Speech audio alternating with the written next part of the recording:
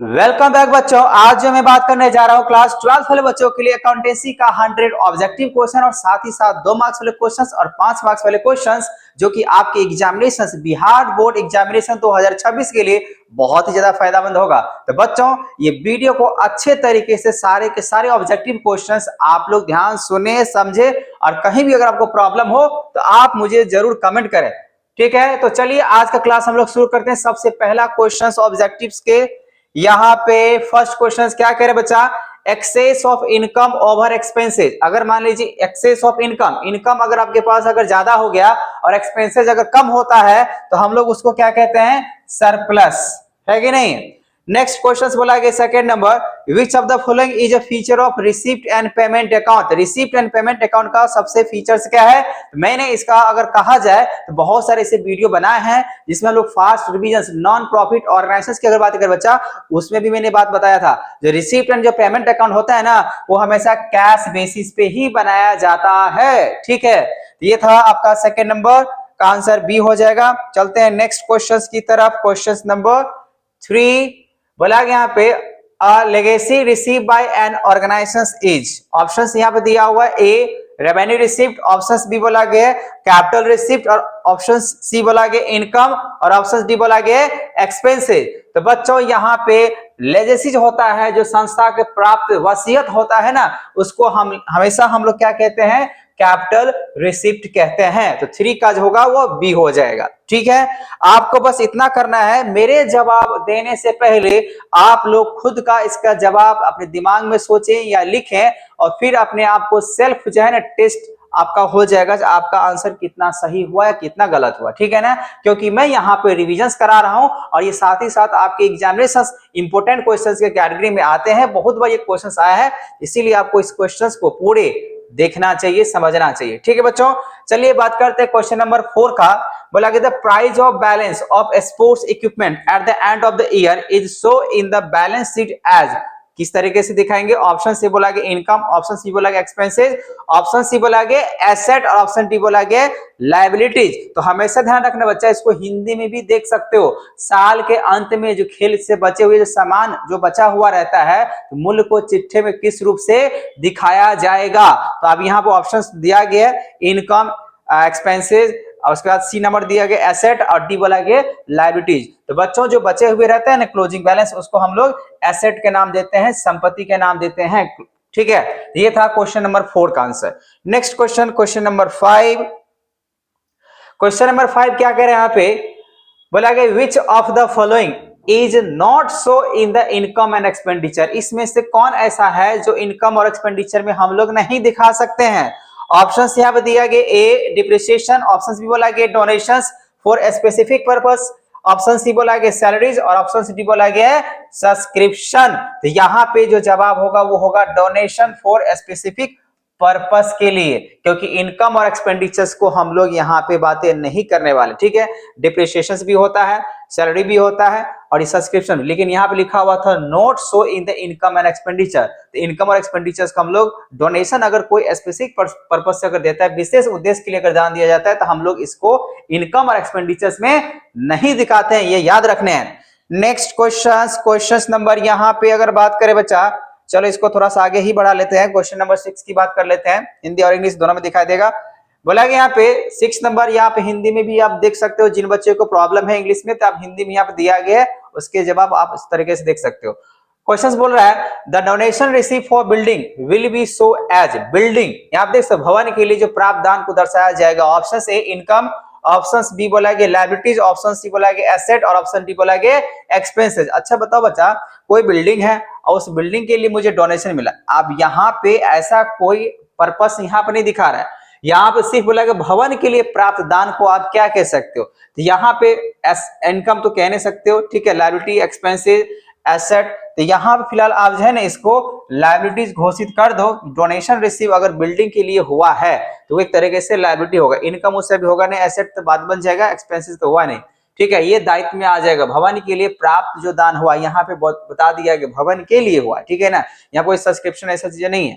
Next question number 7 बोला गया life membership fees will be show as. आप ये लाइफ मेंबरशिप को जो है हम लोग कहाँ पे दिखाते हैं।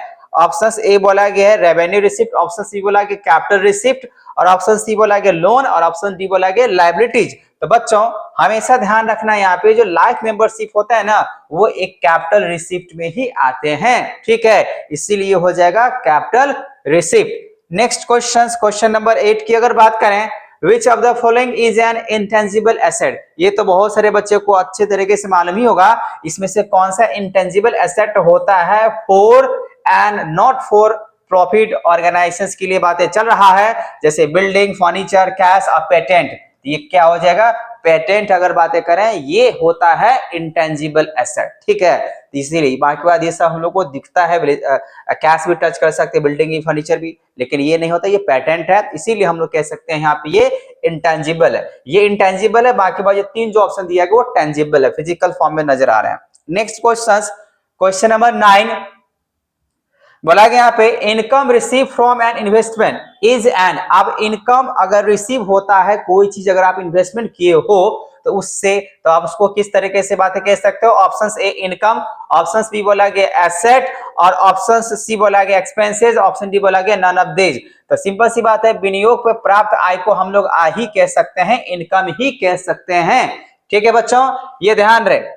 नेक्स्ट क्वेश्चन 9 का ए हो जाएगा। अब चलते हैं नेक्स्ट क्वेश्चन 10 नंबर क्या कह रहे हैं यहाँ पे, the capital fund is also known as, option A general fund, option B sorry reserve fund है, हम बी पढ़ दिए, ऑप्शन ए बोला गया रिजर्व फंड, ऑप्शन बी बोला गया जनरल फंड, और ऑप्शन सी बोला गया कंटीजेंसी फंड, ऑप्शन डी बोला गया loan fund. The capital fund is also known as, option A reserve fund, option B general fund, capital fund है ना, ठीक है, तो अब इसको है ना कैटेगरी रख दो जनरल फंड में, ये जनरल फंड के नाम से भी हम लोग जानते हैं, कैपिटल फंड को हम लोग जनरल फंड के नाम से भी जानते हैं, ठीक है बच्चा।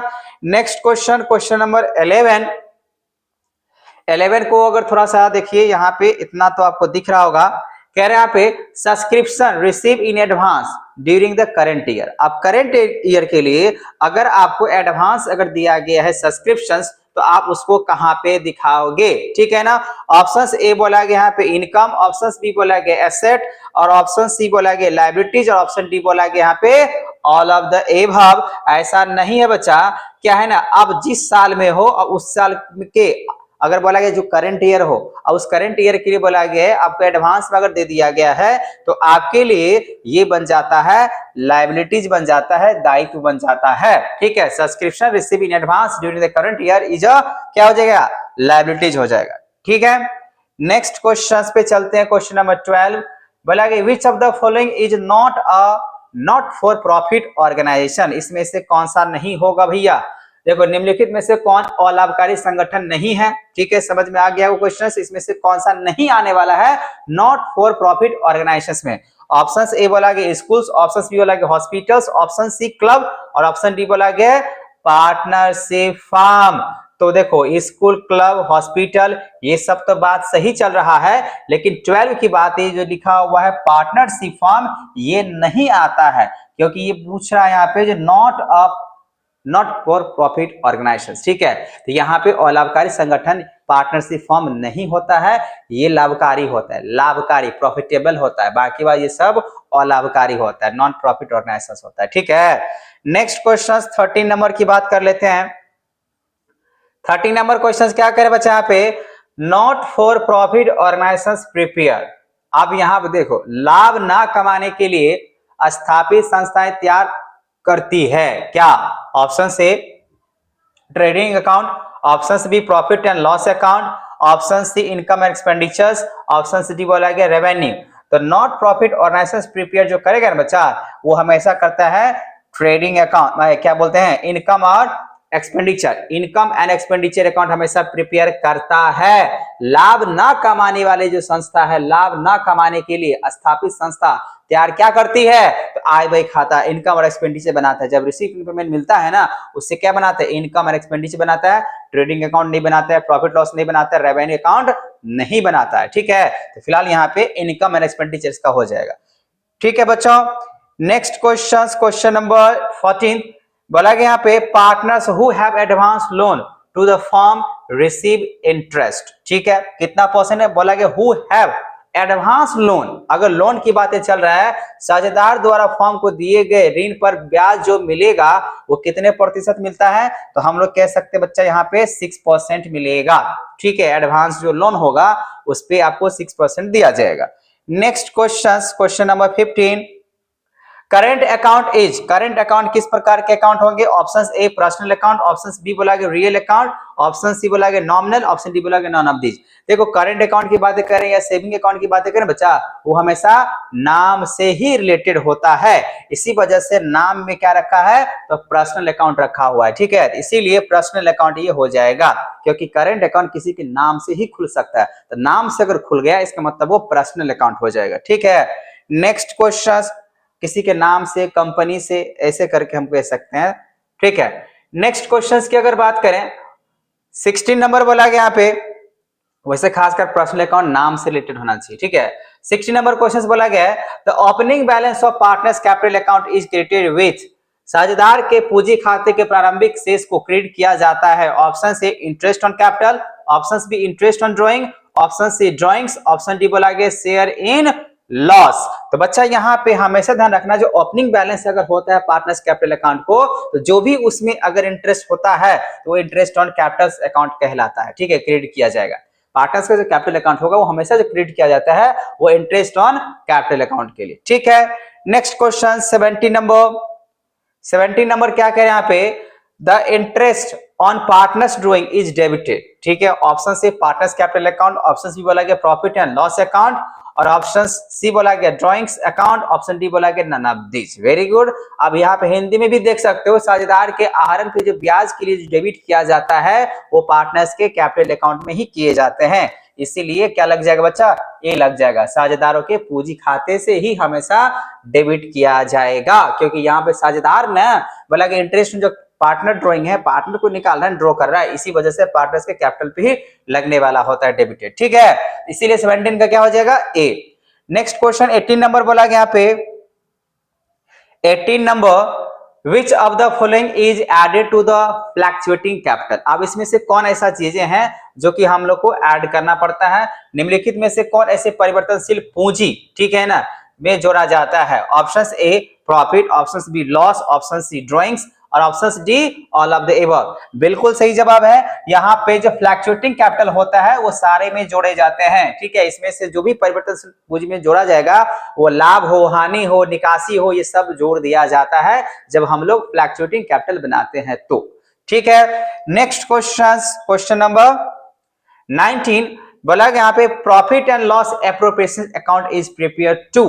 ऑप्शन यहाँ पे दिया गया create reserve fund, option C बोला गया find out net profit, option C बोला गया फाइंड आउट डिविजिबल प्रॉफिट, और ऑप्शन डी बोला गया नन ऑफ दीज। तो बच्चों यहाँ पे जो जवाब होगा वो फाइंड आउट डिविजिबल प्रॉफिट के लिए ही बनाए जाते हैं। ठीक है, तो लाभ हानि नियोजन खाता जो बनाया जाता है वो बनाया जाता है विभाज्य लाभ निकालने के लिए, ताकि जो है ना कौन से पार्टनर्स को कितना मिलेगा प्रॉफिट या लॉस, उसके लिए हम लोग यहाँ पे बनाते हैं profit and loss appropriation account बनाते हैं। ठीक है, तो ऑप्शन हो जाएगा सी। 19 का क्या हो जाएगा बच्चा, सी हो जाएगा। ठीक है, नेक्स्ट क्वेश्चन नंबर 20 बोला कि यहाँ पे interest on advance, interest on advance given to the firm by partner is. Option A an appropriation, option B again, option C a charge, option D none of these. ठीक है, साझेदार के द्वारा form को दिए गए अग्रिम पर ब्याज क्या है?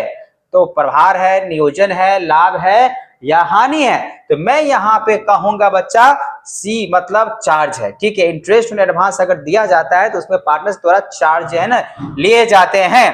ठीक है, इसीलिए 20 का जो होगा वो हो जाएगा सी।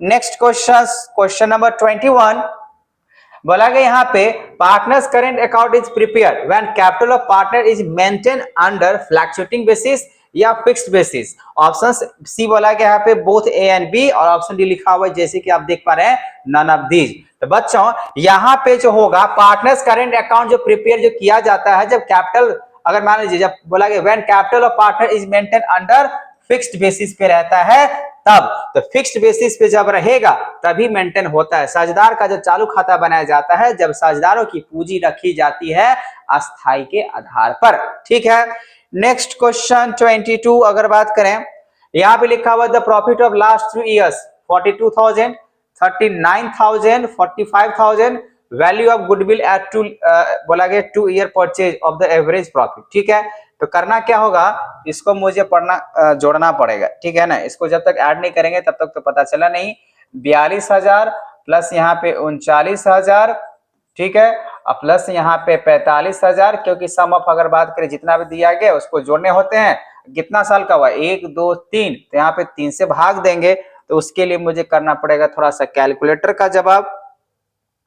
तो भैया कैलकुलेटर तो निकालना पड़ेगा ना, क्योंकि अकाउंट्स पढ़ने वाले बच्चों को, कॉमर्स वाले बच्चों को अकाउंटेंसी के लिए कैलकुलेटर की जरूरत पड़ता ही पड़ता है। तो यहाँ पे एक क्वेश्चन आया है तो उसको हम लोग बनाएंगे। तो यहाँ पे हम लोग देखते हैं कितना आ रहा है, 42,000, 39,000 और 45,000। ठीक है, अब यहाँ पर जोड़ने पर कितना आएगा, तो जोड़ देते हैं। कितना आ जाएगा भैया, 42 निकलता भी नहीं है। तो यहाँ पे अगर जोड़ देते हैं तो 1,26,000, ठीक है, 1,26,000, 9 5 14 2 16, हाँ 1,26,000। अब बाई में 3, जब इसको 3 से अगर डिवाइड करते हैं तो हो जाता है 42,000। तो ऑप्शंस देखना पड़ेगा मुझे कहाँ है 42,000, तो ऑप्शंस हो जाएगा ए। देखो करना कुछ, अच्छा नंबर ऑफ परचेज ईयर भी है ना, नहीं ये तो सिर्फ ऐसे हुआ, और नंबर ऑफ परचेज ईयर तो 2 से मल्टीप्लाई भी तो करना पड़ता है। 42,000 तो वैसे निकला। अब यहाँ लिखा है 2 year purchase of the average profit, तो हम लोग क्या करते हैं, नंबर ऑफ परचेज से मल्टीप्लाई भी करते हैं। तो 4, तो यहाँ पे 8, तो 84,000। ठीक है ना, तो 22 का अगर बात करें बच्चा तो हो जाएगा बी। पहले आपको तीनों को जोड़ना है, 3 से भाग देने, नंबर ऑफ परचेज ईयर से मल्टीप्लाई करने होते हैं, इसीलिए 84,000 आ रहा है, इसी वजह से हो जाएगा बी ऑप्शन। ठीक है, नेक्स्ट क्वेश्चन 23 नंबर पे आते हैं। Goodwill is valuated when option A new partner enter in the firm, option B partners retire, option C partner dies, option D बोला गया ऑल ऑफ दीज। तो बच्चा ये सारे केस में अगर कहा जाए तो गुडविल का वैल्यूएशन किया जाता है, चाहे पार्टनर नया हो या रिटायर कर गया या डेथ कर गया, तो सारे केस में यहाँ पे हम लोग गुडविल को वैल्यूएशन करते हैं। ठीक है, नेक्स्ट क्वेश्चन नंबर 24। अब ये क्या क्वेश्चन है, बोला गया यहाँ पे इंग्लिश में अगर देखें, capital employed in the business 1,50,000, profit लिखा हुआ है 50,000 and the normal rate of profit is 20%। The amount of goodwill as per capitalization method से मुझे निकालना होगा, इसके लिए भी मुझे करना पड़ेगा यहाँ पे कैलकुलेशन। तो बच्चों चलिए इसको कैलकुलेशन करते हैं, क्योंकि कैपिटलाइजेशन मेथड से हम लोग को निकालना है, तो क्या होगा नहीं होगा इसका कैलकुलेशन किए बिना पता नहीं चलेगा। ठीक है, तो यहाँ पे 1.5 लाख की बातें चल रहा है, 1,50,000 दिया गया है ना। कैपिटल एम्प्लॉयड की बात करें तो कैपिटल एम्प्लॉयड यहाँ पे तो हम लोग कैसे निकालते हैं, सबसे पहले कैपिटल वैल्यूज निकालना पड़ेगा। तो कैपिटल वैल्यू अगर निकालते हैं ये दिखाना पड़ेगा, तो यहाँ पे 50,000 रुपया जो है ना एवरेज प्रॉफिट है कि नहीं। अब बाय में अगर कहें तो 20% नॉर्मल रेट ऑफ रिटर्न है, तो 20 से यहाँ पे हम लोग कर लेंगे मल्टीप्लाई या डिवाइड, और यहाँ 100 आ जाएगा। इसको इससे अगर कर लेते हैं तो 5, तो 5 25, 2 लाख कितना आ गया 50,000। ठीक है, अब 2,50,000 अगर आ गया तो हम लोग को जो दिया गया पहले से 1,50,000 रुपया दिया हुआ ना, तो गुडविल अगर निकालते हैं तो गुडविल निकालने के लिए हम लोग क्या करना पड़ेगा, 2,50,000 जो हम लोग निकाले कैपिटलाइज, ये कैपिटलाइज है। ठीक है ना, इसको अगर कहेंगे तो कैपिटलाइज वैल्यू यही निकाले है ना, इसको हम लोग क्या बोलेंगे सीपी, मतलब मान लेते हैं ये कैपिटलाइज वैल्यू हुआ, सीपीवी कैपिटलाइज वैल्यू हुआ। ठीक है ना, तो गुडविल निकालना है तो कैपिटलाइज वैल्यू में से, और यहाँ पे जो कैपिटल एम्प्लॉयज वैल्यू है, ठीक है ना, कितना है 1.5 लाख, इसको माइनस किया जाए तो कितना निकल कर आ जाएगा यहाँ पे 1 लाख, 1 लाख ये लिखाएगा ना।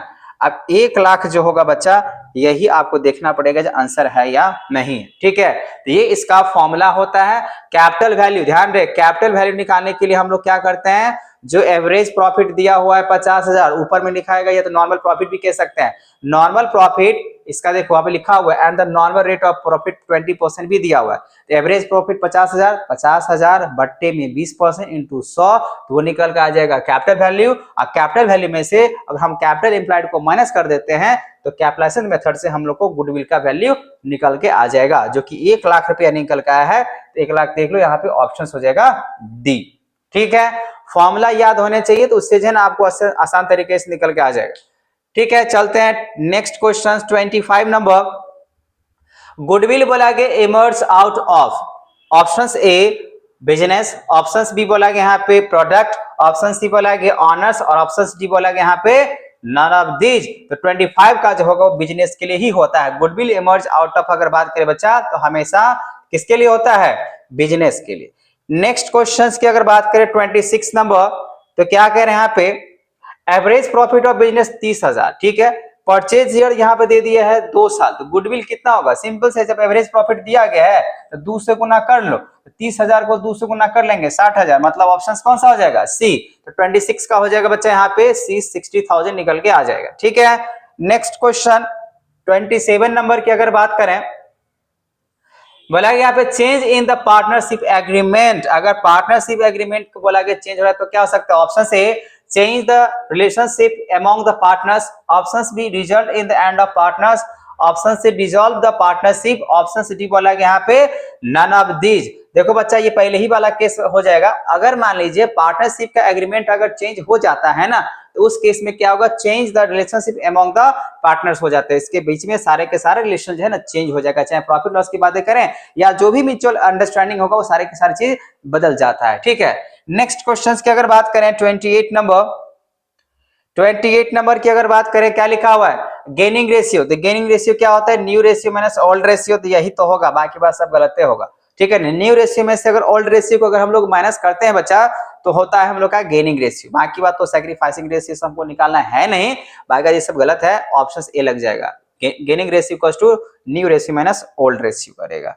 ठीक है, next question 29 number revaluation account. जो रिवैल्यूएशन अकाउंट जो होता है बच्चा वो हमेशा कौन सा अकाउंट होता है? ऑप्शन से personal account, option B real account, option C nominal account, none of these. नहीं, रिवैल्यूएशन अकाउंट जो होता है बच्चा वो कौन सा अकाउंट होता है?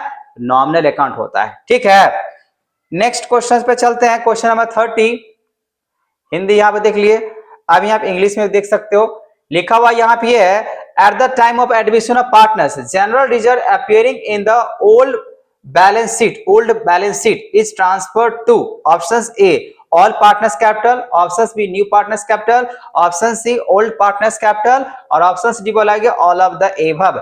ऐसा नहीं है बच्चा, हमेशा जब भी अगर एडमिशन ऑफ पार्टनर हुआ जनरल रिजर्व अपेयर अगर है तो ओल्ड बैलेंस शीट अगर है तो ओल्ड पार्टनर्स कैपिटल अकाउंट में ट्रांसफर किया जाता है। इसी वजह से पुराने साझेदार की पूंजी खाते में इसको ट्रांसफर कर दिया जाएगा। ठीक है, ये हमेशा ध्यान रखें। 30 का हो जाएगा सी। नेक्स्ट क्वेश्चन 31 नंबर की अगर बात करें तो बोला गया यहाँ पे प्रॉफिट और loss on revaluation is bear by, क्या होगा? Old partner, new partner, C बोला गया यहाँ पे ऑल पार्टनर या डी बोला गया ओनली 2 पार्टनर। ऐसा नहीं है भैया, जब profit and loss revaluation account की अगर बातें चलता है ना, पुनर्मूल्यांकन पर लाभ या हानि को जो वहन करेंगे वो सारे पार्टनर के बीच में किया जाता है। तो 31 पहले तो प्रॉफिट एंड लॉस और जब रिवैल्यूएशन अकाउंट बनाते हैं तो ऐसा बात पूछ रहा है ना, रिवैल्यूएशन अकाउंट बना तो रिवैल्यूएशन अकाउंट में कौन सा पार्टनर होगा? जो पहले से पार्टनर है कि नहीं? तब तो नया पार्टनर आएगा, बाद में देखा जाएगा। तो यहाँ पे बच्चा जो 31 की अगर बातें करें तो एक तो दिया ओल्ड पार्टनर, दूसरा दिया गया आपका न्यू पार्टनर, ओल्ड पार्टनर। तो यहाँ फिलहाल जो है ना आप ऑप्शन जो है लगाओगे ओल्ड पार्टनर। ये जो पुनर्मूल्यांकन जो होता है, रिवैल्यूएशन जो बनाते हैं हम लोग, तो हमेशा ओल्ड पार्टनर के बीच में ही हम लोग इस तरीके से बातें कर सकते हैं। ठीक है, चलते हैं नेक्स्ट क्वेश्चंस की तरफ। अब इस क्वेश्चंस की अगर बात करें तो मुझे सॉल्व करना ही पड़ेगा। यहाँ पे क्या कह रहा है, ये तो समझ में आ गया ना। 31 का क्या हो जाएगा? ए, ओल्ड पार्टनर के द्वारा। नेक्स्ट क्वेश्चन 32 के लिए बोला कि यहाँ पे A and B are partners, C is admitted 1/5 share, ठीक है, 1/5 शेयर बोल सकते हैं यहाँ पे। brings 1,20,000 as his share towards capital, the total net worth। बहुत सिंपल है, जब टोटल नेट वर्थ की बातें कह रहे हैं बच्चा, तो यहाँ पे कितना है 1,20,000, तो 1,20,000 का डिवाइड कर लेंगे 1/5 शेयर्स के हिसाब से, वो डिवाइड करने पे तो इंटू हो जाएगा, है ना, इंटू हो जाएगा ना, डिवाइड अगर करते हैं 1/5 के हिसाब से, तो यहाँ पे क्या बनेगा इंटू, इंटू अगर होता है तो ऊपर में चला जाएगा 5, नीचे हो जाएगा 1, तो 12 पंचे 60, मतलब 6 लाख रुपया कम से कम की बातें चलेगा। ऑप्शंस लगा देना है यहाँ पे डी, तो 32 का क्या हो जाएगा बच्चा, डी हो जाएगा, ठीक है, डी ऑप्शंस। नेक्स्ट क्वेश्चन 33 की अगर बात करें तो बोला गया on the admission of new partner increase in the value of asset is debited to which account, ठीक है, on the admission new partner हुआ, इंक्रीज कर गया वैल्यू ऑफ एसेट का, तो डेबिटेड टू विच अकाउंट, किस अकाउंट में debited किया जाएगा, किसी नए साझेदार प्रवेश पर परिसंपत्ति में हुई वृद्धि को किस खाते में डेबिट किया जाएगा। Option A revaluation account, option B asset account, और option C old partners capital account, option D बोला गया न्यू पार्टनर्स कैपिटल अकाउंट। तो देखो भैया यहाँ पे जब एसेट अगर बढ़ गया है ना, वैल्यू डेबिटेड जो होगा वो एसेट अकाउंट में होगा, ठीक है, कौन सा अकाउंट में हो जाएगा, तो एसेट अकाउंट में हो जाएगा। तो 33 का हम लोग जो है बच्चा लगाएंगे बी, ठीक है। नेक्स्ट क्वेश्चन पे चलते हैं, क्वेश्चन नंबर 34 नंबर क्या करें यहाँ पे, A B and C are partners in the firm if D is admitted as a new partner. सही है, पहले से जो है ना यहाँ पे 3 गो पार्टनर था, लेकिन डी जो है ना एक और आ गया, उस केस में क्या होने वाला है, ऑप्शन से ओल्ड फॉर्म इज डिसॉल्व, ऐसा थोड़ी होगा। बी बोला गया old firm and old partnership are dissolve, और सी बोला गया ओल्ड पार्टनरशिप इज रिकॉन्स्टिट्यूटेड हो जाएगा, और ऑप्शन नंबर डी बोला गया नॉन ऑफ दिस। तो 34 की अगर बातें करें बच्चा, तो यहाँ पे हो जाना चाहिए आपका सी, क्योंकि ओल्ड पार्टनरशिप को फिर से किया जाएगा, रिकॉन्स्टिट्यूट किया जाएगा, पुराने साझेदार को पुनर्गठित करना पड़ेगा। पहले से तो है ये तीनों पार्टनर, जब डी आ गया तो सबको इकट्ठा हो गया, तो इसमें हो जाएगा फिर से रिकॉन्स्टिट्यूट किया जाता है, ठीक है। इसीलिए यहाँ पे ऑप्शन हो जाएगा सी। 34 का क्या लिखोगे, C number. Next question 35 number, 34 तो सी हो गया। 35 पे चलते हैं, बोला गया profit and loss sharing ratio of receiving partner, profit हो या लॉस हो, sharing ratio of receiving partners, option A increase, option B decrease, option C remains equal, option D बोला गया बोथ ए एंड बी। देखो पाने वाले साझेदार का लाभ और हानि साझाकार अनुपात जो होगा वो इंक्रीज या डिक्रीज, ठीक है, बढ़ता है, घटता है, और यहां पे बोला गया या बराबर रहता है, ठीक है। तो 35 की अगर बातें करें, हमेशा इंक्रीज होगा, profit and loss sharing ratio of receiving partner, वो इंक्रीज होगा या डिक्रीज, दोनों हो सकता है, बोथ ए एंड बी की हम बातें कर सकते हैं। जब कोई प्रॉफिट एंड लॉस शेयरिंग कर रहा है, रेशियो ऑफ रिसीविंग पार्टनर जो भी रिसीव करेगा, तो जितना कंपनी में लॉस होगा तो लॉस के हिसाब से होगा, अगर प्रॉफिट होगा तो इंक्रीज के हिसाब से होगा, है ना। तो यहाँ पे तो यही होना चाहिए, पाने वाले साझेदार का जो लाभ और हानि साझाकार अनुपात जो होगा वो बढ़ता है, घटता है, ए और सी दोनों नहीं, ए और सी तो यहाँ पे होगा नहीं, ए और सी ऐसा होगा नहीं, ठीक है ना। तो ये गलत लिखा हुआ है, सॉरी ए और बी, ए और बी लिखा हुआ है, ए और बी, तो बोथ ए एंड बी यहाँ पे हो जाएगा। देखो यहाँ पे कंफ्यूज मुझे कर रहा है, यहाँ पे लिखा हुआ है ए और सी, और यहाँ लिखा हुआ ए और बी, इसी वजह से मैं कंफ्यूज कर रहा, ठीक है। तो बच्चा यहाँ पे आप देखो, यहाँ पे सी नहीं है, यहाँ पे आपको लिखा हुआ है बी, अगर ए और बी की बात चल रहा है तो आप डी लगा दो, बोथ ए एंड बी होगा, बढ़ता भी है और घटता भी है, ठीक है ना। अब ऐसा अगर मान लीजिए इस केस के हिसाब से अगर चलते हैं, अगर इस केस के हिसाब से चलते ए और सी के हिसाब से, ए और सी, तो ऐसा नहीं होगा, तो इस केस में आप ए लगा सकते हो, ठीक है, इसके हिसाब से, हिंदी वाले के हिसाब से। लेकिन यहाँ पे यही गलत लिखा हुआ है, ए और बी की बातें चलना चाहिए, इसी वजह से डी ऑप्शन लग जाएगा, ठीक है। नेक्स्ट क्वेश्चन 36 नंबर, बोला गया यहाँ पे the partners capital account is credited with, option A interest on capital, option B interest on drawing, option C drawings, option D बोला गया शेयर इन लॉस। तो 36 का जो अगर बातें करें बच्चा, वो हमेशा होता है, अगर पार्टनर्स कैपिटल अकाउंट जो क्रिएट किया जाएगा इंटरेस्ट ऑन कैपिटल के साथ किया जाता है, साझेदार के पूंजी खाते क्रिएट जो किया जाएगा पूंजी पे ब्याज से होता है, ठीक है, इसीलिए 36 का जो होगा वो ए हो जाएगा। नेक्स्ट क्वेश्चन बोला गया यहाँ पे 37 number, sacrificing ratio is ascertained at the time of, कब होगा sacrifice? Option A death of partner, option B retire of partner, और ऑप्शन सी बोला गया एडमिशन ऑफ पार्टनर, और डी बोला गया नन ऑफ दीज। यहाँ पे 37 की बात करें, सबसे बेस्ट जो है वो होते हैं एडमिशन के टाइम, तो सैक्रिफाइस करना पड़ता है। पहले से कोई पार्टनर है और कोई पार्टनर आया, तो पहले वाला जो पार्टनर है उसको अपने प्रॉफिट या लॉसेस के हिसाब से जो भी सहन कर रहा होगा वो सैक्रिफाइस करना पड़ता है, ठीक है। इसी वजह से eight the time of admissions में ही ऐसा काम सैक्रिफाइस का होता है, ठीक है। नेक्स्ट क्वेश्चन 38 नंबर की अगर बात करें बच्चा, बोला कि decrease in the value of fix asset is known as, अगर फिक्स एसेट के वैल्यू अगर डिक्रीज करा तो बच्चों यहां पे क्या होगा? तो सिंपल सी बात है, एक्सपेंसेस तो होगा नहीं, डिप्रिसिएशन तो होगा ही होगा, ठीक है, प्रॉफिट तो होगा नहीं, ठीक है ना। तो यहां पे साफ साफ जवाब है, जो डिप्रिसिएशन जो लगता है, आपने 11th क्लास में पढ़ा है, तो फिक्स एसेट भी लगता है, उसके वैल्यू डिक्रीज कर जाता है, इसी वजह से decrease in the value of fix asset is known as depreciation, ठीक है। नेक्स्ट क्वेश्चन पे चलते हैं, 39 नंबर। क्या बोला यहाँ पे? At the time of retirement, ठीक है, of partners, firm gets from the insurance company engage JLP taken jointly for all the partners. अब यहाँ पे क्या होगा? Option A policy amount plus bonus amount, option B surrender value, option C policy amount, option D बोला गया यहाँ पे all of the above. तो 39 की अगर बातें करें जवाब बच्चा, तो जो भी अगर उस समय वैल्यू होगा वही वैल्यू पे बातें करना होगा, ठीक है। इसमें साफ साफ लिखा हुआ है, जब एक साझेदार की अवकाश ग्रहण करने के समय, ठीक है ना, रिटायरमेंट कर सकते हैं, यहाँ पे रिटायरमेंट की बातें चल रहा है, ठीक है ना। तो सभी साझेदारों के लिए किए गए फर्म की संयुक्त जीवन बीमा पॉलिसी के विरुद्ध फर्म को बीमा कंपनी से जो प्राप्त होगा, जो भी उस समय का सरेंडर वैल्यू होगा ना, वही मिल सकता है, ठीक है। रिटायरमेंट के समय बात बोल रहा है, डेथ नहीं करा, रिटायर कर गया, तो भाई वो अपने कंपनी से, अपने क्या बोलते हैं, फर्म से नहीं रिटायर हुआ है, तो उस समय तक का जो भी वैल्यूएशन होगा कंपनी का, जो भी सरेंडर वैल्यू होगा वही मिल सकता है उसको, ठीक है। तो ऑप्शन क्या लगाओगे बच्चा? 39 का बी लगाओगे, 39 का बी, ठीक है। नेक्स्ट चलते हैं 40 नंबर। 40 नंबर बोला गया है, if retiring partner is not paid in the full amount due his retirement, balance is transfer to.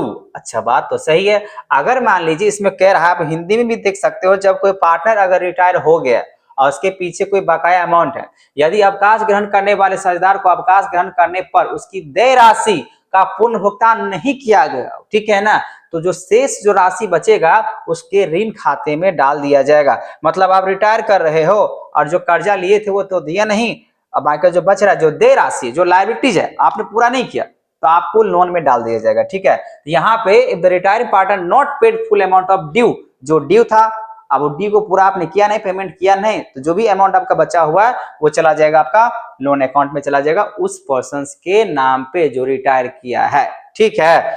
Next question 41 number बोला गया, यहाँ पे joint life policy amount receive by a firm is distributed in, option A opening capital ratio, option B closing capital ratio, और option C old profit sharing ratio, new profit sharing ratio. ऐसा नहीं है, JLP की अगर बात करें बच्चा, जो JLP होता है ना, वो हमेशा ओल्ड प्रॉफिट रेशियो में ही बांटा जाता है, डिस्ट्रीब्यूट किया जाता है, इसीलिए यहाँ पे JLP मतलब ज्वाइंट लाइफ पॉलिसी, तो इसीलिए इसका आंसर हो जाएगा सी।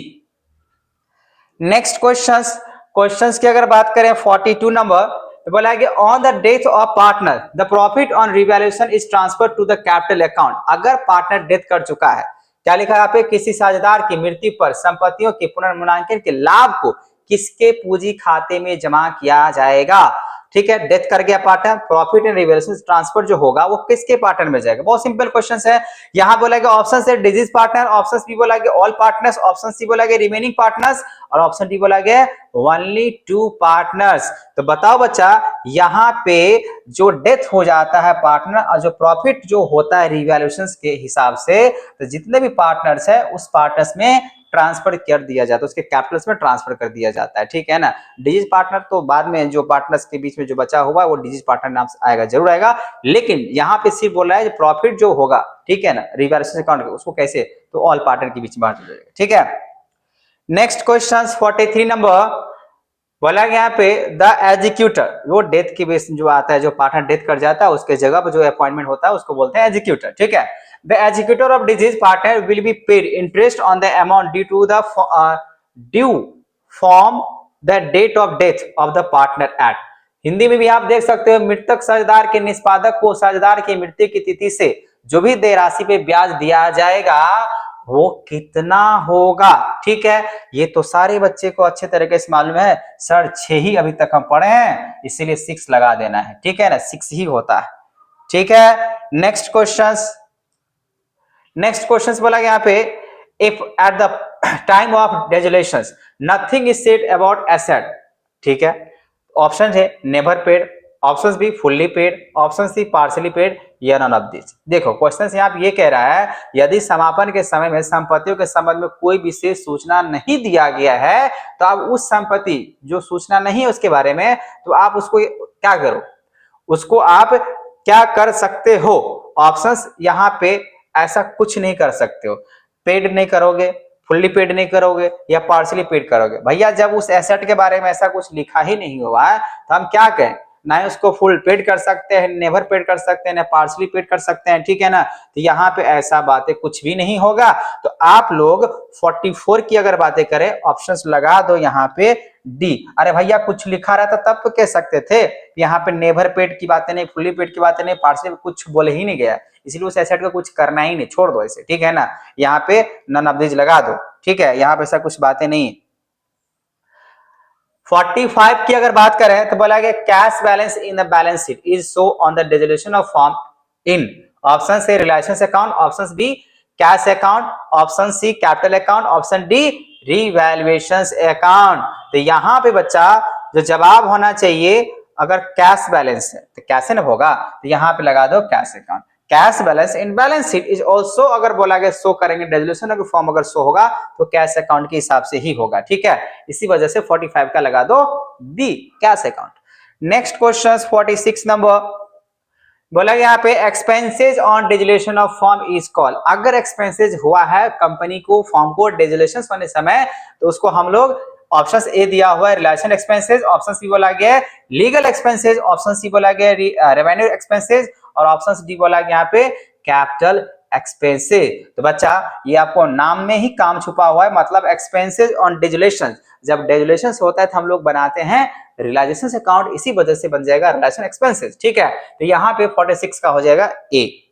नेक्स्ट क्वेश्चन नंबर 47 बोला गया payment of credit balance of partners capital account at the time of dissolution of firm is made to. Okay, यहाँ पे हिंदी में भी देख सकते हो, जिनको इंग्लिश में समझ में नहीं आ रहा है, तो फॉर्म के विघटन के समय साझेदारों के पूंजी खातों को जो क्रेडिट शेष का भुगतान जो किया जाता है, option A partners, option B firm, option C wife और ऑप्शन डी बोला गया नन ऑफ दिस। ऐसा है नहीं भैया, जो पेमेंट और क्रेडिट बैलेंस जो बचेगा ना पार्टनर्स का, वो हमेशा पार्टनर्स के ही खाते में भेजे जाते हैं।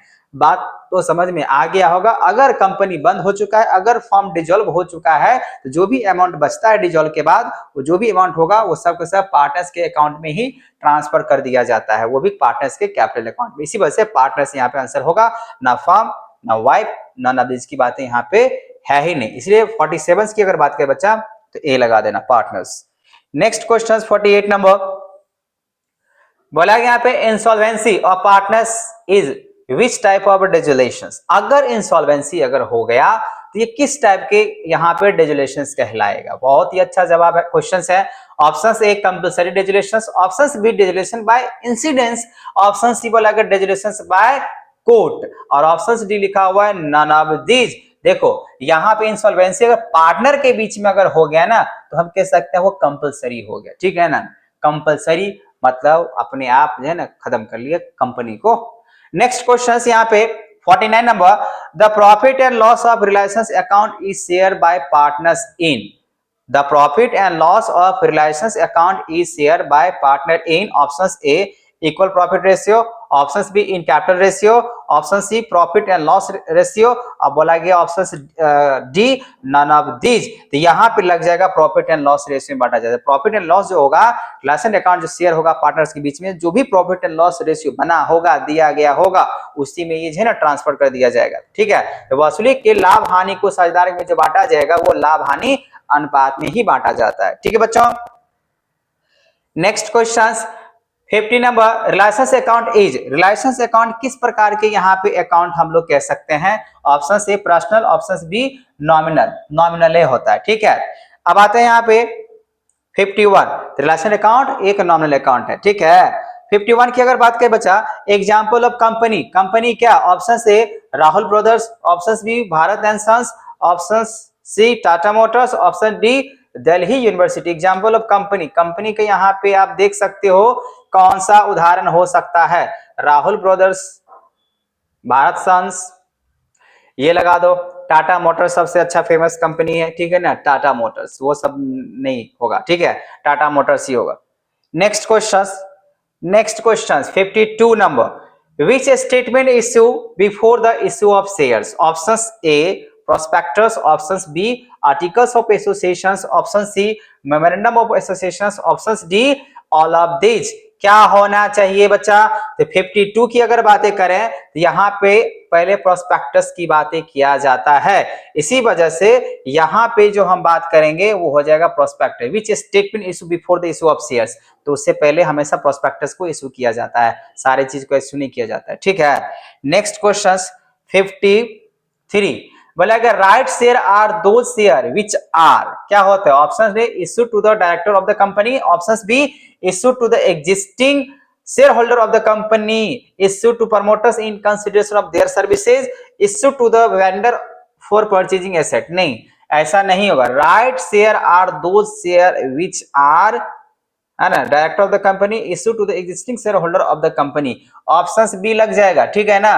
53 का जो होगा बच्चा वो हो जाएगा बी।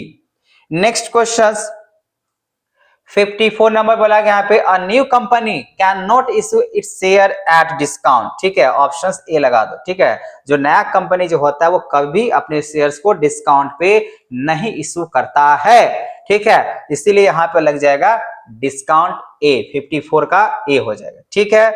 नेक्स्ट क्वेश्चन नंबर 55 बोला गया, forfeiture of share result in the reductions of paid up capital, authorised capital, fixed asset, और डी बोला गया रिजर्व कैपिटल। नहीं, पेड अप कैपिटल से ही होता है, ठीक है। फॉरफिटेड ऑफ शेयर जो होता है, जो भी रिडक्शंस होगा वो पेड अप कैपिटल, जो पेड कर चुका है ना उसी से ही होता है रिडक्शंस की बातें, ठीक है ना। तो क्या paid up capital, forfeiture of share result in the reduction of paid up capital किया जाता है, ठीक है बच्चा। नेक्स्ट क्वेश्चन 55 का ए लगा देना। अब चलते हैं यहाँ पे 56 की तरफ, interest and calls in arrear can be charge maximum at. देखो ये जो है ना, अगर बात कहा जाए बहुत ही इंपॉर्टेंट क्वेश्चंस की बातें चल रहा है, क्योंकि टेबल एफ में बताया गया है, जो इसका जो अमाउंट हम लोग बातें करेंगे बच्चा टेबल एफ में, वो 10% की बातें चलता है, ठीक है। तो interest on calls in arrear पे जो चार्ज मैक्सिमम होता है वो 10% होता है अकॉर्डिंग टू टेबल एफ के हिसाब से, ठीक है। आप लोग देख लेना टेबल एफ में कितना रेट ऑफ इंटरेस्ट, 10% ही है भैया।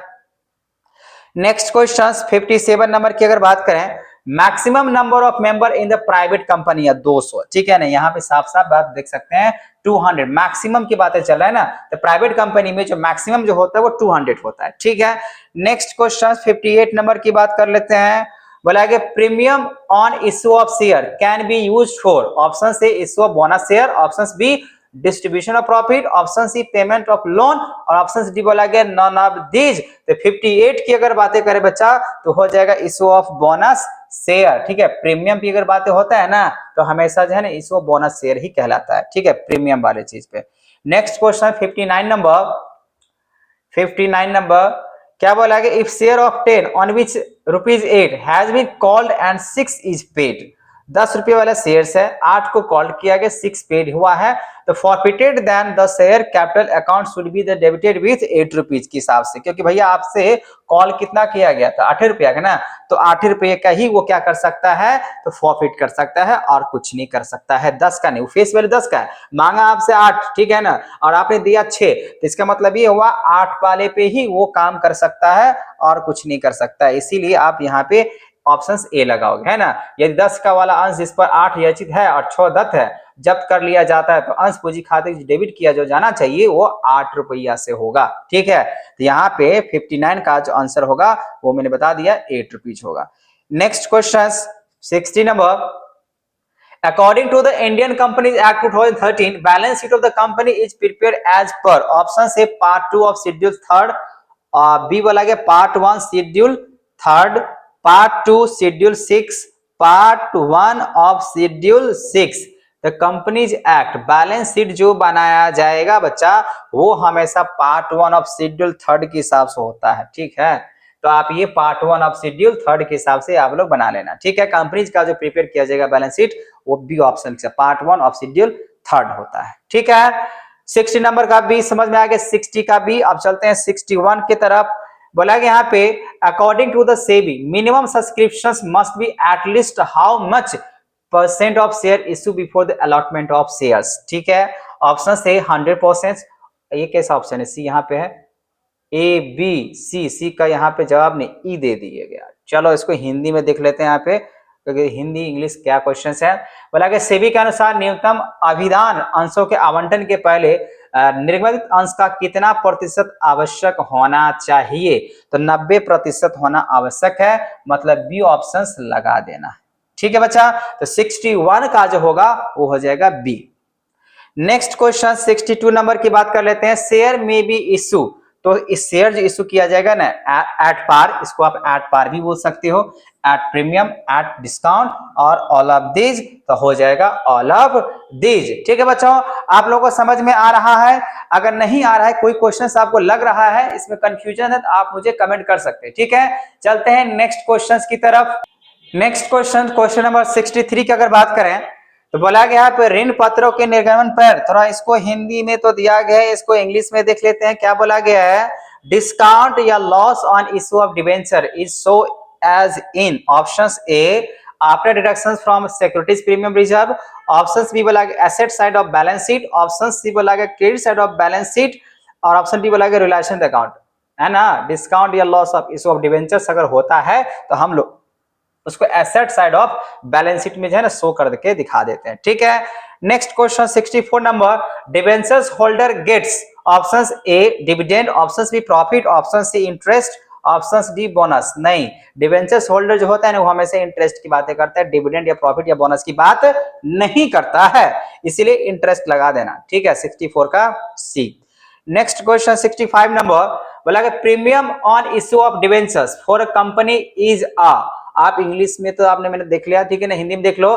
कंपनी के लिए अधिमूल्य पर ऋण पत्र का निर्गमन जो होता है उसको क्या कह सकते हैं बच्चा। Option A revenue receipt, option B profits, option C capital gain, option D asset. तो यहाँ पे हो जाएगा जब प्रीमियम की बातें होगा इश्यू ऑफ डिबेंचर्स तो कंपनी का है ना कैपिटल गेन होता है, तो यहाँ पे कैपिटल गेन लगा देना, मतलब पूंजीगत लाभ, option C. Next question number 66 बोला गया characteristic of debentures is are, क्या क्या इसके कैरेक्टरिस्टिक है भैया। फिक्स्ड इंटरेस्ट ये भी सही है, लॉन्ग टर्म ये भी सही है, रिडम्पशंस की बातें होता है ये भी सही है, और डी बोला गया यहाँ पे ऑल ऑफ दीज, मतलब सब जवाब सही है इसका। ये एक डिबेंचर्स का ये कैरेक्टरिस्टिक है, डी लगा देना, ठीक है। कैरेक्टरिस्टिक और डिबेंचर जो होगा वो सब होता है, लॉन्ग टर्म में होता है, फिक्स रेट ऑफ इंटरेस्ट होता है, रिडम्पशंस भी होता है, ठीक है। इसी वजह से यहाँ पे सब इसका जवाब सही है। Next question 67 number. Debentures which are transfer by merely delivery is called, option से registered debentures, option B first debentures, option C bearer debentures, option D बोला गया नन ऑफ दीज। तो यहाँ पे हो जाएगा बेयर डिबेंचर्स होता है, डिबेंचर जो है ना ट्रांसफर किया जाता है मेयर डिलीवर वाले, यहाँ पे बेयर डिबेंचर्स कहलाता है, ठीक है। ऋण पत्र जो कि मात्र सुपुर्द कर देने वाले अंशतंत्र हो जाते हैं उसको क्या कहा जाता है, बाहक ऋण पत्र कहते हैं बच्चा, ठीक है। नेक्स्ट क्वेश्चन 68 नंबर की अगर बात करें, अब इतना लंबा चौड़ा यहाँ पे स्टेटमेंट है, बोला गया the holder of debentures who have the right to convert their debentures into share, ठीक है, after specific period as per the term at the options such as debentures are called, options A. आप देखो question तो मैंने समझ गया, आप लोग हिंदी में यहाँ पर देख सकते हो, जिन ऋण पत्र के धारकों को यह अधिकार होता है कि वे चाहे तो एक निश्चित समय के बाद अपने ऋण पत्र को निर्धारित शर्तों के अनुसार अंश में परिवर्तित कर सकते हैं, ऐसे ऋण पत्र को क्या कह सकते हैं। Options A redeemable debentures, options B irredeemable debentures, और ऑप्शन सी कन्वर्टेबल डिबेंचर्स और ऑप्शन डी बेयर डिबेंचर। तो 68 की अगर बात करें बच्चा, जिसको कह सकते हैं कन्वर्टेबल डिबेंचर्स कह सकते हैं, परिवर्तनशील ऋण पत्र कहा जाता है। एक समय के बाद जब ऋण पत्र को कन्वर्ट कर लिया जाएगा शेयर्स में, तो हम उसको कन्वर्टेबल डिबेंचर्स के नाम से जान सकते हैं। ठीक है, ऑप्शन सी लगा देना। नेक्स्ट क्वेश्चन 69 का, The objectives of issue of debentures is are options A investment in a new project, option C purchase of machinery, option C interrogations, option D बोला गया all of these। ऋण पत्र की निर्गमन का उद्देश्य क्या होता है? तो यहाँ पे आपने देख लिया, इसका जो जवाब होगा वो सब जवाब इसका सही है। हम इन्वेस्टमेंट कर सकते हैं नया प्रोजेक्ट के लिए, उसके लिए हम लोग है ना डिबेंचर्स लेते हैं, परचेज कर लेते हैं मशीन उधारी, उसके लिए हम लोग डिबेंचर्स की बातें करते हैं, या कोई इंट्रीगेशंस की बातें होता है, अलग अलग कंपनी उसको एक जगह जोड़ने की बातें करते हैं, तो वहां भी बातें कर लेते हैं। इसीलिए सारे जवाब इसका सही है, हो जाएगा 69 का डी। Next question 17 number, I think हाँ 17 नंबर बोला गया profit on cancellation of on debentures. ठीक है, profit on cancellation of on debentures is option A revenue profit, option B capital receipt, option C operating profit, operating हाँ, और option D बोला गया trading profit. तो 70 का बच्चा यहाँ पे क्या होना चाहिए, अगर कोई प्रॉफिट कैंसिलेशन करता है खुद के डिबेंचर्स को, उसको कैपिटल प्रॉफिट कहा जाता है। ठीक है, ये ध्यान रखना, स्वयं के ऋण पत्र के रद्द होने से होने वाले जो लाभ होगा वो पूंजीगत लाभ कहलाता है। ठीक है, इसीलिए यहाँ पे आंसर जो होगा वो 70 का हो जाएगा बी। ठीक है, कैपिटल्स गेन बी 70 का। Next question 71 sinking fund investment account is, बहुत ही अच्छा है और मैंने इसका जवाब बहुत बार दे चुके हैं। ठीक है ना, ऑप्शन ए यहाँ पे लिखा हुआ इनकम, ऑप्शन बी लिखा हुआ एक्सपेंडिचर्स, ऑप्शन सी लिखा हुआ है एसेट और ऑप्शन डी लिखा हुआ है लायबिलिटीज। तो आपको पता होना चाहिए सिंकिंग फंड इन्वेस्टमेंट जो होता है एक तरीके से एसेट होता है। ठीक है, नेक्स्ट क्वेश्चन नंबर 72 71 हो चुका है बच्चा, समझ में आ गया। 72 क्या करें यहाँ पे, अ कंपनी इशू कितना है 1000। ठीक है, 12% debentures of 100 each at 10% premium, what does 12% in it. तो रेट होता है, रेट ऑफ इंटरेस्ट की बातें कर सकते हैं। वैसे तो यहाँ पे क्या लिखा हुआ देखना पड़ेगा, ऑप्शन से rate of dividend, option B rate of tax, option C rate of interest. ये जो 12% जो होता है वो ब्याज की दर को दर्शाता है। मैंने बहुत बार ऑफलाइन क्लास में भी मैंने बताया भैया, यहाँ पे जो रहता है कूपन रेट के हिसाब से, जो रेट ऑफ इंटरेस्ट के हिसाब से है ना फिक्स कर दिया जाता है। तो 72 का जो होगा बच्चा वो हो जाएगा सी हो जाएगा। ठीक है, rate of interest. Next question 73 number, profit on redemption of debentures is transfer to which account. Option A बोला गया capital reserve account, option B बोला गया sinking fund account, option C बोला गया general reserve account, option D बोला गया profit and loss account.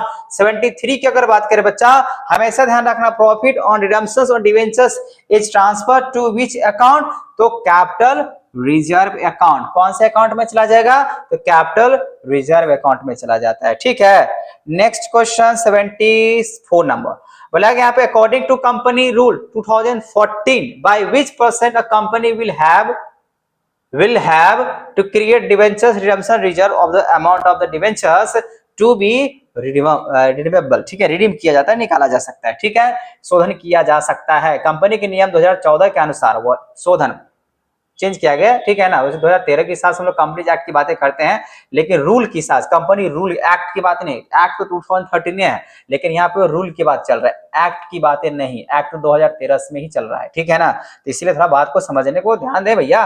तो यहाँ पे कितना प्रतिशत होगा, हिंदी में भी देख सकते हो 50, 25, 70 या डी लिखा यहाँ पे 100। तो 74 की अगर बातें करें तो होता है 25% आप रिडीम कर सकते हो। ठीक है ना, 25%। नेक्स्ट क्वेश्चन 75 नंबर क्वेश्चन की अगर बात करें, sources of finance for the redemption of debentures is are, option A profit, option B capitals, option C amount receive from the issue of fresh debentures, या डी ऑल ऑफ दीज। 75 की बात करें, सारे जवाब इसका सही है, इनमें से सब ही हो जाएगा। ठीक है, सोर्सेज ऑफ फाइनेंस होता है रिडम्पशन का, वो कैपिटल से, प्रॉफिट से, या जो लिखा हुआ फ्रेश ऑफ डिबेंचर से भी किया जा सकता है, all of these. Next question 77 number, generally बोला गया annual report of company is published, कौन करता है, at first day of financial year, on the last day of the financial year, on the completion of accounting year, और option D लिखा यहाँ पे all of these. 76 की अगर बातें करें तो on the completion of accounting year, ठीक है, जब कंप्लीट हो जाता है लेखांकन वर्ष के पूरा होने पे ही हम जनरली जो है एनुअल रिपोर्ट जो है कंपनी क्या करता है, पब्लिश करता है। नेक्स्ट क्वेश्चन 77 नंबर बोला गया यहाँ पे विच item is include in current asset. Current asset में हम लोग कौन कौन चीज का आइटम्स को इंक्लूड कर सकते हैं भैया, तो स्टॉक को इंक्लूड कर सकते हैं, बाकी बात ये सब इंक्लूड नहीं करते हैं। तो 77 का जो होगा बच्चा वो हो जाएगा C. Next question 78 number finance statement disclose, option से जो फाइनेंस स्टेटमेंट होता है उसको जो डिस्क्लोज किया जाएगा, बोला कि मॉनेटरी इंफॉर्मेशन, ऑप्शन बी बोला qualitative information, option C non monetary information, option D बोला कि ऑल ऑफ दीज। तो यहाँ पे बच्चा 78 का अगर बातें करें तो हो जाएगा हम लोग का क्या हो जाएगा, मॉनेटरी इंफॉर्मेशन। फाइनेंशियल जो स्टेटमेंट जो होता है वो डिस्क्लोज करता है एक मॉनेटरी इंफॉर्मेशन को, तो 78 का जो है वो लगा देना ए। नेक्स्ट क्वेश्चन यहाँ पे हम लोग बात कर लेते हैं 79 का, under which heading of balance sheet general reserve is show. तो यहाँ पे किस हेडिंग में हम लोग जनरल रिजर्व को शो करते हैं, option C miscellaneous expenditure, option B बोला गया शेयर कैपिटल, ऑप्शन सी बोला गया रिजर्व एंड सरप्लस, और ऑप्शन डी लिखा हुआ नॉन करंट एसेट। तो 79 की अगर बातें करें बच्चा तो हो जाएगा हम लोग का रिजर्व एंड सरप्लस में हम लोग बैलेंस शीट में जो होता है, बैलेंस शीट जो होता है ना, एक तरफ लायबिलिटी दूसरी तरफ एसेट, उसमें जो जनरल रिजर्व होगा वो रिजर्व एंड सरप्लस के हेडिंग में चला जाता है, ठीक है। चलो नेक्स्ट क्वेश्चन 80 नंबर बोला गया था reserve which is created for particular purpose and which is a charge against revenue is called, option से capital reserve, option B general reserve, option C secret reserve, option D बोला यहाँ पे specific reserve, ठीक है। वो संचय जो किसी विशेष उद्देश्य से बनाया जाता है, जब विशेष उद्देश्य की ही यहाँ पे बात कर रहा है तो विशिष्ट संचय में हो जाएगा, ठीक है। जब यहाँ पे लिखा हुआ है जब कोई खास पर्पस से, पार्टिकुलर पर्पस से, इसी वजह से स्पेसिफिक रिजर्व में वहां पे हम लोग चार्ज कर देंगे एंगेस्ट, यहाँ पे ऑप्शन हो जाएगा डी, 80 का हो जाएगा डी। नेक्स्ट क्वेश्चन 80 का तो डी हो गया, अब मैं बात कर लेता हूँ 81 का क्या होने वाला है।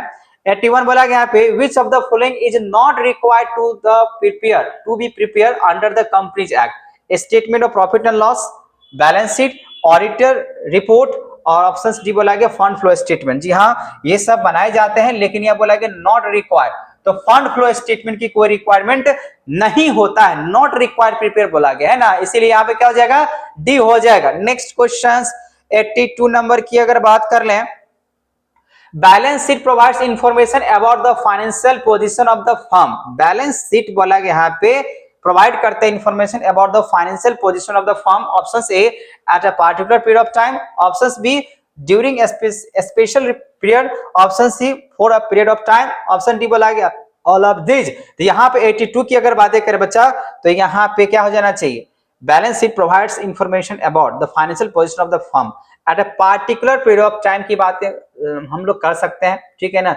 स्पेशल नहीं होता है, पीरियड ऑफ टाइम नहीं, ऑल दिस ऐसा तो है नहीं। बैलेंस शीट जो है ना हमेशा इंफॉर्मेशन अबाउट जो होगा वो financial position of the firm, 82 का हम लोग ए लगा सकते हैं, जवाब सही जवाब है, ठीक है, 82 का ए हो जाएगा। Next question break even point की अगर बात करें तो break even point refers to that point where, options A total cost are more than the total sales, options B total cost are less than the total sales, option C total cost are half of the total sales, option D बोला total cost are equal to the total sales। तो यहाँ पे 83 की अगर बातें करें तो हो जाता है D, टोटल जो कॉस्ट होता है उसके बराबर में अगर टोटल सेल्स हुआ तो वही होता है हम लोग का TC, ठीक है। TC जो होगा वो बराबर हो जाना चाहिए TS में, तभी माना जाता है ब्रेक इवन पॉइंट्स, ठीक है, ना प्रॉफिट ना लॉस, ठीक है, ऑप्शन डी लगा लेना। 84 की अगर बात करें interpretation of financial statement includes, interpretation of financial statement includes क्या होगा, ऑप्शन से criticism and analysis, option B comparisons and trends study, option C बोला गया option C drawing conclusions, option D बोला गया ऑल ऑफ दिस, ठीक है। वित्तीय विवरणों के निर्वचन में शामिल जो है वो कौन सा है, ये तो मैंने 4 ऑप्शन दे दिया, ठीक है। Interpretations of financial statement includes, तो यहाँ पे तो मुझे लग रहा है सारे जवाब इसका सही है, तो यहाँ पे आप डी लगा दो, ठीक है ना, बी कंपैरिजंस क्रिटिसिज्म ड्राइंग ये सब किया जाता है, ठीक है, इंटरप्रिटेशंस ऑफ फाइनेंशियल स्टेटमेंट में, ऑप्शन डी लगा दो। नेक्स्ट क्वेश्चन 85 नंबर क्या करे बच्चे यहाँ पे What is shown by the income statement? Option A, accuracy of books of accounts. Option C, profit and loss for a certain period. Option C बोला गया balance of cash book. Option D बोला गया none of these. 85 की अगर बातें करें तो profit and loss for a certain period of time के लिए बनाया जाता है. आय विवरण जो दर्शाता है वो एक निश्चित अवधि का लाभ हानि दिखाता है. ठीक है. नेक्स्ट क्वेश्चन 86 नंबर क्या कह रहे हैं? Analysis of financial statement involves options A trading account, options B profit and loss account, option C balance sheet, option D all of the above. यहां पे अगर बात करें बच्चे सारे जवाब मुझे सही नजर आ रहा है तो यहां पे आप डी लगा सकते हो. जो एनालिसिस होता है ना फाइनेंशियल स्टेटमेंट का ये सारी चीज इन्वॉल्व होता है. चाहे ट्रेडिंग अकाउंट की बात करें, प्रॉफिट लॉस की बातें करें, बैलेंस शीट की बात करें, तीनों जवाब इसका सही है इसलिए डी लग जाएगा. Next question 87 number. Horizontal analysis is also known as options A dynamic analysis, options B structural analysis, option C static analysis और option D बोला गया none of these. तो 87 की अगर बात करें तो हमेशा होता है horizontal analysis जो होता है जिसको हम लोग dynamic analysis के नाम से भी जानते हैं. ठीक है. ऑप्शन A 87 का. नेक्स्ट क्वेश्चन 88 की बात करें बोला गया the analysis of financial statement by shareholders is an example of option A external analysis, option B internal analysis, option C vertical analysis और ऑप्शन डी हॉरिजॉन्टल एनालिसिस. तो बच्चा यहाँ पे एनालिसिस जो होता है फाइनेंशियल स्टेटमेंट का वो भी शेयर होल्डर का बोला गया is an example of external analysis के नाम से हम लोग जानते हैं. ठीक है. Next question. अब क्वेश्चन नंबर बोला कि the total asset of the firm बोला कि 10 लाख है and its non current asset बोला गया 6 लाख है. ठीक है. What will be the percentage of non current asset to the total asset. ठीक है. तो 10 लाख नीचे रखो. अब 6 लाख रुपए यहाँ पे जो है ना करंट नॉन करंट एसेट है तो करंट एसेट का कितना हो जाएगा 4. तो 4 के हिसाब से अगर हम लोग करते हैं यहाँ बट्टा 10 तो 100 के 100 के हिसाब से तो कटिए जाएगा. ठीक है. तो यहाँ पे 89 की अगर बातें करें तो 6 अब बट्टे में अगर हम लोग लेके चलते हैं 10. ठीक है. तो 60% आ जाएगा. 6 लाख है ना तो 6 लाख बट्टे में 10 लाख ये 6 लाख ऐसे करके निकल जाएगा 6 लाख अब बट्टे में 10 लाख. ठीक है. जो दिया गया अगुन्ने 100 परसेंटेज निकालने के लिए तो यहाँ पे तो 6 लाख तो ही है कि नहीं है. तो यहाँ पे 5 को जीरो यहाँ से और यहाँ से यहाँ कटेगा मतलब 60%. ठीक है. तो 60% यहाँ पे आ जाएगा. ऑप्शन हो जाएगा आपका ए. कौन सा ऑप्शन हो जाएगा बच्चा? ए ऑप्शन हो जाएगा. 6 लाख बट्टे 10 लाख गुने 100 आराम से आ जाएगा. ठीक है. क्योंकि मुझे नॉन करंट का ही निकालना है. अगर पूछ दिया जाता है करंट का तो हम माइनस कर लेते. 10 लाख में से 6 लाख को माइनस करते 4 लाख क्या होता है करंट और 4 लाख बट्टे में अगर करते 10 लाख तब मेरा उसका परसेंटेज निकल का आता. अगर 60 बोला गया 60% अगर नॉन करंट एसेट है तो बाकी बात 40% क्या होगा करंट एसेट की बातें चलेगा. है कि नहीं. फिलहाल इस क्वेश्चन के हिसाब से ऑप्शन ए लगाएंगे हम लोग. नेक्स्ट क्वेश्चन 90 नंबर की अगर बात करें बोला गया comparative financial analysis process so the comparison between the items which statement. Option C balance sheet, option B बोला गया profit and loss statement, option C बोला गया बोथ ए एंड बी और ऑप्शन डी लिखा हुआ है नॉन ऑफ दीज. तो 89 की अगर बात करें बच्चा तो यहाँ पे हम लोग लगाएंगे 89 का है नहीं 90 sorry. Comparative financial analysis process so the comparison between the items of which statements balance sheet profit and loss statement. ठीक है. दोनों सही जवाब इसका सी लगा दो. ठीक है. नेक्स्ट क्वेश्चन 91 नंबर बोला गया working capital is the cash and bank balance. Options B difference between the current asset and current liabilities. हाँ ऑप्शंस बी हो जाएगा. ठीक है. 91 का क्या हो जाएगा बच्चा? बी हो जाएगा. यहाँ पूछ रहा है वर्किंग कैपिटल जो होता है ना वो होता है डिफरेंस बिटवीन करंट एसेट और करंट लायबिलिटीज की बात करते हैं. Next question 92 number which of the following is non operating expenses. इसमें से कौन सा नॉन ऑपरेटिंग एक्सपेंसेज में आएगा. ठीक है. यहाँ बोला गया रेंट, ऑप्शन से ऑप्शन बी बोला गया सेलिंग एक्सपेंसेज, ऑप्शन सी बोला गया वेजेस और ऑप्शन डी बोला गया loss on sale of machinery. ये आता है नॉन ऑपरेटिंग एक्सपेंसेज के हिसाब से. ठीक है. तो 92 का लगा देना बच्चा डी. चलते हैं नेक्स्ट क्वेश्चन 93 नंबर बोला गया profitability ratio are generally express in. Option A simple ratio, option B percentage में ही किया जाता है, ऑप्शन सी बोला गया टाइम्स, ऑप्शन डी बोला गया नन ऑफ दीज. तो वैसे हम यहाँ पे लगाएंगे परसेंटेज. 93 का हो जाएगा बी. परसेंटेज में ही हम लोग जो है ना प्रॉफिटेबिलिटी रेशियो को एक्सप्रेस करते हैं परसेंटेज में करते हैं. ठीक है. Next question 94 number the term fix asset includes, तो फिक्स एसेट में यहाँ पे कौन कौन चीज इंक्लूड्स किया जाता है, तो एक के बाद हम जवाब नजर दे देंगे। मशीनरी, ये सब जो है ना फिक्स एसेट नहीं है, कैश डेप्टर्स ये सब है ना करंट एसेट में आता है, फिक्स्ड में नहीं आता, इसीलिए इसका जवाब ये नहीं होगा। ऑप्शन बी लगा दो क्योंकि फिक्स एसेट में यही है। ठीक है, नेक्स्ट क्वेश्चन 95 नंबर बोला गया यहाँ पे which of the following transactions will improve the current ratio, current ratio के लिए इंप्रूव में क्या करना जाएगा। Option A purchase of goods for cash, option B cash receive from customer, option C payment of creditors और option D credit purchase of goods. तो बच्चा हमेशा ध्यान रखना जब करंट रेशियो को इंप्रूव करना होता है ना तो उसके लिए पेमेंट जितना भी होगा क्रेडिटर्स को वो कर डालो, तभी आपका जो है करंट रेशियो इंप्रूव कर सकता है। इसीलिए 95 का क्या हो जाएगा, सी हो जाएगा। ठीक है, 96 पे चलते हैं। 96 नंबर क्या कह रहा है, stock turnover ratio comes under which, option A liquidity ratio, option B profitability ratio, option C performance ratio और option D none of this. तो हम लोग लगाएंगे यहाँ पे 96 का अगर बात करें सी हो जाएगा, 96 का क्या बनेगा, सी परफॉर्मेंस रेशियो के नाम से हम लोग जान सकते हैं। ठीक है, next question 97 number preparation of cash flow statement. ठीक है, ऑप्शन से कंपलसरी है, ऑप्शन बी रिकमेंडेटरी है, option C required under the companies act, option D none of this. क्या होना चाहिए बच्चों, यहाँ पे लिखा है preparation of cash flow statement जो होगा वो क्या होना चाहिए, ऑप्शन से कंपलसरी या रिकमेंडेटरी होना चाहिए, required under the companies act होना चाहिए या नन ऑफ दिस होना चाहिए। तो 97 की अगर बातें करें वो कंपलसरी होता है। ठीक है, preparation of cash flow statement है ना वो हमेशा कंपलसरी होता है। ठीक है, next question 98 cash flow statement. अब कैश फ्लो स्टेटमेंट जो होगा वो किससे रिलेटेड है, accounting standard 3, accounting standard 6, accounting standard 9 या डी अकाउंटिंग स्टैंडर्ड 12। 98 की अगर बातें करें तो अकाउंटिंग स्टैंडर्ड 3 के हिसाब से कैश फ्लो स्टेटमेंट को हम लोग पहचानते हैं, जानते हैं, ये हो जाएगा। ठीक है, नेक्स्ट क्वेश्चन 99 नंबर बोला गया cash payment to employ is a cash flow form operating, option से option B investing, option C financing और ऑप्शन डी बोला यहाँ पे all of the above. Employees की बात चल रहा है, कैश पेमेंट टू एम्प्लॉयज।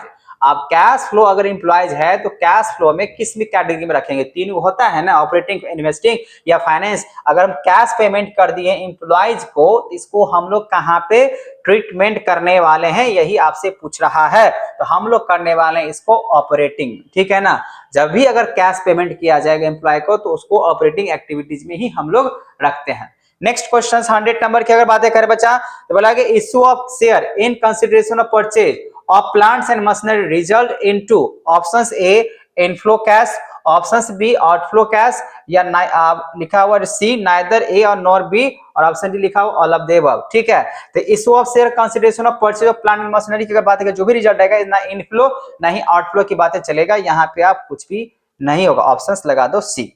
अब यहाँ पे मैं बात करने वाला हूं 2 मार्क्स वाले क्वेश्चंस का, लेकिन इसका मैं सिर्फ क्वेश्चंस को शो करने वाला हूं, इस क्वेश्चंस को आप देखते जाओ और बाकी बात इसका आंसर मैं इसका अगर कहा जाए 2 मार्क्स वाले क्वेश्चन और 5 मार्क्स वाले क्वेश्चंस के लिए इसका जवाब हम वीडियो बनाए हुए हैं। आप इसका वीडियो अकाउंटेंसी का 2 मार्क्स वाले और 5 मार्क्स वाले क्वेश्चंस के लिए जाके वीडियो सर्च करें, खोजें, ठीक है ना, आपको मिल जाएगा। इसमें जो क्वेश्चन है वीडियो को पॉज कर लेने हैं, जो भी इसमें क्वेश्चन नजर आ रहे हैं बच्चा, इस क्वेश्चंस को अच्छे तरीके से रिवाइज कर लेने हैं, याद कर लेने हैं। 100% गारंटी कहते हैं इसमें से क्वेश्चंस आपको आएगा ही आएगा। ठीक है, आप एग्जाम के बाद कमेंट जरूर करना, जब आपके एग्जामिनेशन हो जाएगा तो आप कमेंट करना कितना क्वेश्चन आपको मिला है या नहीं मिला है। ठीक है, ये है 2 मार्क्स वाले क्वेश्चंस। अब यहाँ पे मैं बात करता हूँ 5 मार्क्स वाले क्वेश्चन कौन कौन सा आने वाला है। ये आप देख सकते हैं हिंदी और इंग्लिश में दोनों दिया गया बच्चा, इसको थोड़ा सा पॉज करने हैं और उसके बाद आपको जो है ना इसको लिखने। अब ये क्वेश्चंस आप देखना, इसका वीडियो जितने भी न्यूमेरिकल क्वेश्चन है इसका वीडियो में बना के ऑलरेडी रखा हुआ यूट्यूब चैनल पे, आप जाके देख सकते हो, बना सकते हो। ठीक है, ये सारे क्वेश्चंस आपका जो है ना बना हुआ है, सेपरेट बना हुआ है। ठीक है, तो ये न्यूमेरिकल क्वेश्चंस है। अब इस न्यूमेरिकल क्वेश्चंस को भी आप अच्छे तरीके से बना लो। 5 मार्क्स की बातें भैया, तो बनेगा तभी तो मार्क्स आएगा। ये सारे क्वेश्चंस बना हुआ है, अगर नहीं बनता है तो प्लीज आप मुझे कमेंट करें, मैं इसका सेपरेट जवाब आपको दे सकता हूं। बना के। ठीक है, तो बच्चों मिलते हैं नेक्स्ट वीडियो में। अगर आपको वीडियो अगर अच्छा लगा हो, समझ में आ गया हो, तो इस वीडियो को लाइक शेयर एंड सब्सक्राइब करना ना भूलें। ठीक है, मिलते हैं नेक्स्ट वीडियो में। Thank you.